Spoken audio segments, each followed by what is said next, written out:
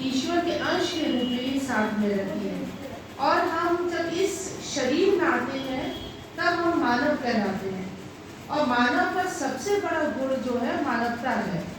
तो ये जो अभी आपको बताया जा रहा था बीज लगने की बात, तो ये क्या होता है कि हम मानवता ही हमारा गुण है, लेकिन जब हम यहाँ पर आते हैं तो संसारिक प्रलोभनों में और अन्य अनेक आकर्षणों में हम ये सब गुण भूल जाते हैं, और हम पाने को मतलब प्रयत्नरत हो जाते हैं कि हमें कुछ ऐसी चीज़ें मिले जो हम चमक धमक वाली हो, पद हो, हमारा धन हो, गरिमा, उस ढंग से हम अपनी मानते हैं, मानवता के गुण को अपनी गरिमा हम नहीं मानते। तब हमेशा ही भगवान अवतार के रूप में आते हैं हमें याद दिलाने। तो ये जो अभी आपको बताया जा रहा था, श्री कृष्ण चेतना पर देवी माँ ने अनेक चीज़ों का बीज रखा। तो ऐसा नहीं कि वो बीज कोई नया था, कुछ है, हमारे अंदर, सबके अंदर ये बीज है, लेकिन उन्होंने पुनः इस चीज को हमारे सामने रखा था कि हम हैं कौन।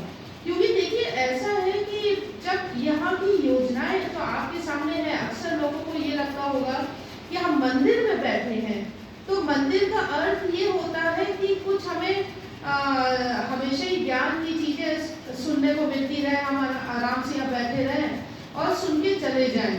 तो लेकिन वो धर्म का रूप तभी पूर्ण होता है जब वो कर्म का रूप ले पाए। तो यहाँ की योजनाएं जो है इसीलिए आपको कर्म का रूप की ओर अग्रसर करती है। हर योजना में आपको कुछ ना कुछ कर्म करने को कहा जाता है। अब अगर हम आ जाए श्री कृष्ण भगवान के उस समय युग में, तो श्री कृष्ण भगवान ऐसे तो मालूम ही सबको पांडवों के साथ में थे, अर्जुन जी को बिल्कुल, अर्जुन जी उनको सखा रूप में मानते थे, तो फिर भी युद्ध करना पड़ा पांडवों को भी और अर्जुन जी को भी युद्ध करना पड़ा। लेकिन ऐसा अर्जुन जी ने या पांडवों ने कहा, भगवान आप तो बिल्कुल स्वयं धर्म है, आप तो धर्म है, हमें युद्ध की क्या आवश्यकता, हमें कर्म करने की क्या आवश्यकता। प्रभु आपका तो मतलब एक उंगली हिला देना, क्या आपका तो कुछ भी ऐसी बस मन में इच्छा ही लेना हमारा जीत जाने के बराबर है। आप जानते भी हम धर्म के पक्ष में, आपने स्वयं कहा हम धर्म के पक्ष में, और हमारे संग में जो है अन्याय हो रहा प्रभु, तो हमें क्यों ही ये युद्ध करना है, आपकी इच्छा मात्र है, हम विजय प्राप्त कर लेंगे। किसी ने ऐसा कहा नहीं, कहा ना, कहा किसी ने, पांडवों में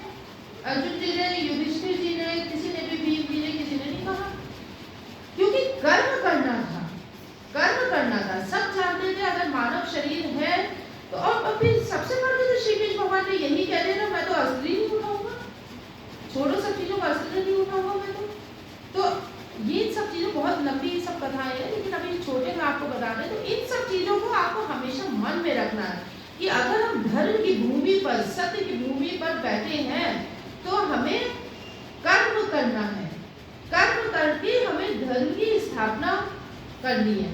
तो ये इस रूप में श्री कृष्ण चेतना अवतार देवी माँ ने जो बीज रखा, या कहिए हम सब मानव रूप में लेकर आए अपने अंदर, उसको उन्होंने एक फिर से अंकुरित करने का वो किया, हम लोगों को जागृत किया कि हम मानव हैं, मानव बने।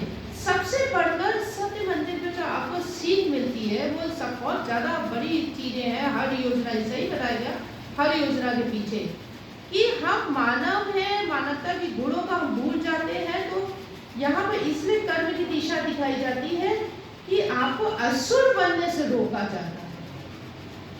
मानवता के गुण को भूल जाना माने असुरत्व की ओर अग्रसर हो जाना है।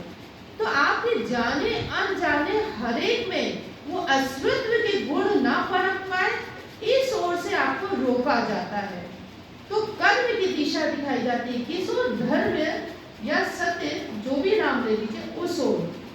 तो आपको मानव होने का एहसास दिलाया जाता है, अनुभव दिया जाता है कि आप मानव हो।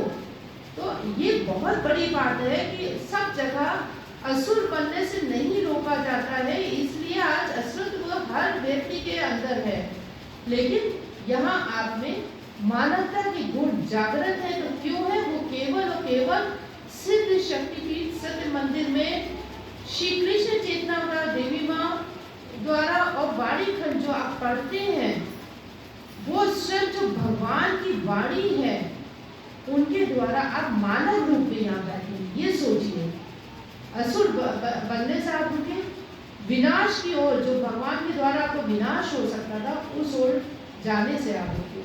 ओम शिवाय।